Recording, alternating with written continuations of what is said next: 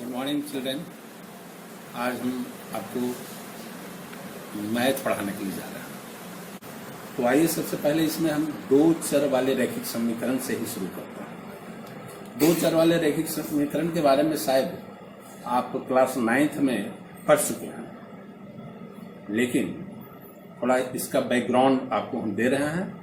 दो चर वाला रैखिक समीकरण ax plus B Y plus C, इधर ax plus B Y plus C के रूप में रखा जा सकता है। वह समीकरण जिसको ax plus B Y plus C के रूप में रखा जा सकता है, जहां a b तथा c एक वास्तविक संख्या है। a तथा b दोनों शून्य नहीं हो सकते।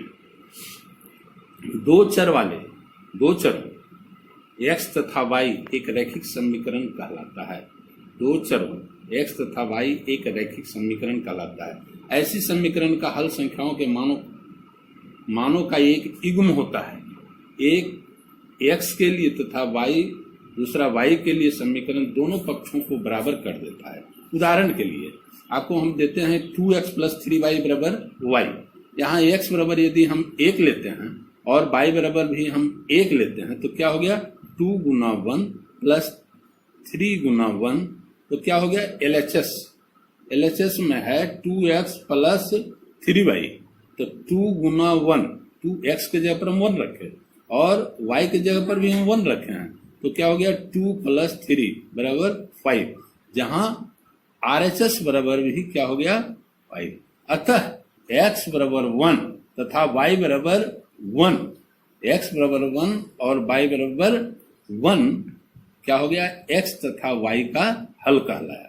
यदि हम x के जगह पर 1 रखें और y के जगह पर हम यदि 7 रखते हैं तो क्या होता है कि 2 गुना 1 प्लस 3 गुना 7, तो 2 गुना 1 मीन्स 2, 3 गुना 7 means 21 is equal to 23, is not equal to 5।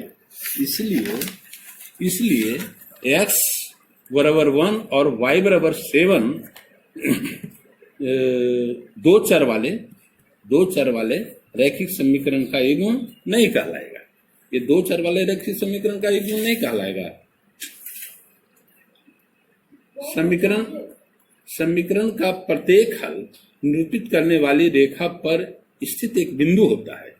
जितना भी हल है, चाहे x बराबर 1 आया, y बराबर, या उस समीकरण को यदि हम एक रेखा के रूप में निरूपित करते हैं तो उसका प्रत्येक बिंदु उस रेखा, चूंकि हम जानते हैं कि रेखा अनंत बिंदुओं का समाहार है, अनंत बिंदुओं से मिलकर बना हुआ है, तो प्रत्येक बिंदु उस समीकरण को x तथा y के मान के रूप में रखने पर क्या होता है कि उसको संतुष्ट करेगा।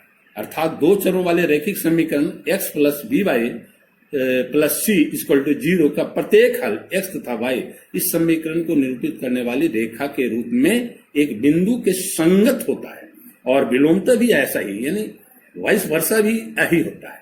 दो रैखिक समीकरण उन्हीं दो चरों x तथा y में है। इस प्रकार समीकरण को दो चर में रैखिक समीकरण के युग्म कहते हैं। देख लीजिए, a1 plus x plus b1y, a1x plus b1y plus c1 equal to 0, ये समीकरण 1 हो गया।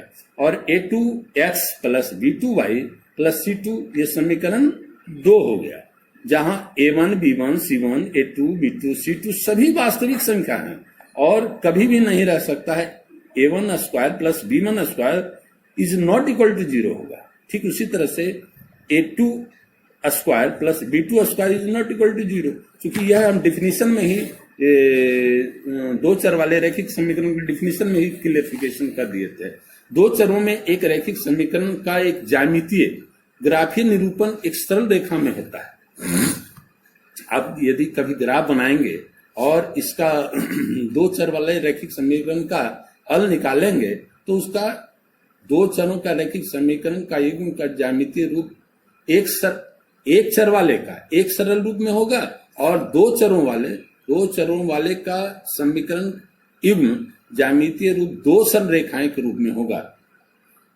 एक तल पर यदि दो रेखाएं दी हो तो निम्न में से केवल एक ही संभावनाएं हो सकती है। चाहे तो दोनों रेखाएं एक दूसरे को इस तरह से काटेगा, है ना, चाहे तो दोनों रेखाएं एक दूसरे पर एक बिंदु पर काटेगा, एक बिंदु पर कट कर रहा है, या तो दोनों समानांतर होगा या दोनों संपाती होगा। दोनों क्या होगा, एक ही रेखा पर होना, इसको संपाती कहते हैं। तीन कंडीशन है, तीनों में से एक ही संभावना है, दो सरल रेखाएं के लिए संभव है। यदि जो दो सरल रेखाएं एक तल पर हो तो चाहे तो एक बिंदु पर काटेगा, या तो दोनों एक समानांतर होगा, या तो फिर क्या होगा, एक ही रेखा पर संपाती होगा। रैखिक समीकरण का युग्म दो प्रदर्शित करने वाली दोनों विधियों तथा बीजगणितीय रूप में या ज्यामितीय रूप में साथ साथ प्रयुक्त किया जा सकता है। जैसे आपको हम उदाहरण देते हैं एक्सरसाइज 3.1 में। चलिए एक्सरसाइज 3.1 में हम चलते हैं। तो इसमें क्वेश्चन नंबर 1 में है, आफ्ताब अपनी पुत्री से कहता है, एक्सरसाइज 3.1 निकालेंगे और क्वेश्चन नंबर 1 निकालेंगे। आफ्ताब कहता है अपनी पुत्री से कि हम 7 वर्ष पूर्व तुमसे 7 गुनी आयु का था और 3 वर्ष के बाद तुमसे केवल 3 गुनी आयु का रह जाऊंगा। तो मान लिया कि आफ्ताब का वर्तमान आयु माना कि आफ्ताब का वर्तमान आयु x वर्ष है और उसकी पुत्री का वर्तमान आयु y वर्ष है। तो अकॉर्डिंग टू क्वेश्चन के अनुसार क्या हुआ कि आफ्ताब 7 वर्ष पूर्व यानी 7 वर्ष पहले, तो वर्तमान उम्र में हम 7 वर्ष घटा दिए, है ना। तो 7 वर्ष पूर्व आफ्ताब का आयु हो गया x - 7 और फिर 7 वर्ष पूर्व उसकी पुत्री का आयु कितना होगा, y - 7।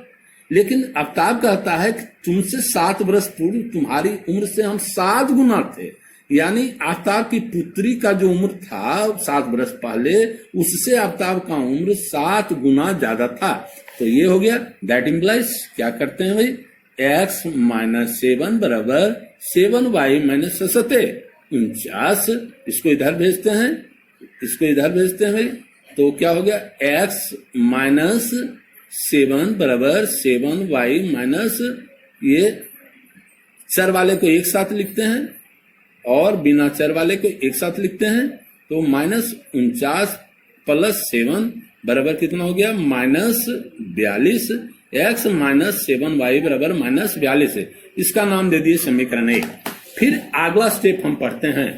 इसको अगला स्टेप में है, क्या कहता है, आफ्ताब कहता है अपनी पुत्री से कि 3 वर्ष के बाद, यानी अभी जो वर्तमान आयु है x, उसमें 3 जोड़ देंगे क्योंकि 3 वर्ष बाद है, और उसकी पुत्री का 3 वर्ष के बाद कितना हो जाएगा, y + 3।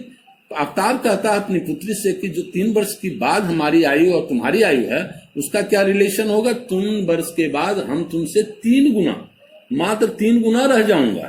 तो x + 3, तो 3 से गुना कर दिए, बराबर क्या हो गया, 3y + 9। अब इसको इधर भेजते हैं, x - 3y = 9 - इसको इधर 3 को ले गए तो कितना बच गया, 6। x - 3y बराबर कितना हो गया, 6। इक्वेशन 2। तो ये क्या हो गया, समीकरण 1 और ये समीकरण 1 हो गया था, याद है शायद आपको, इतना हो गया था। और इस निरूपण को बीजगणितीय निरूपण के नाम से जानते हैं। इस निरूपण को क्या कहते हैं, बीजगणितीय निरूपण कहते हैं।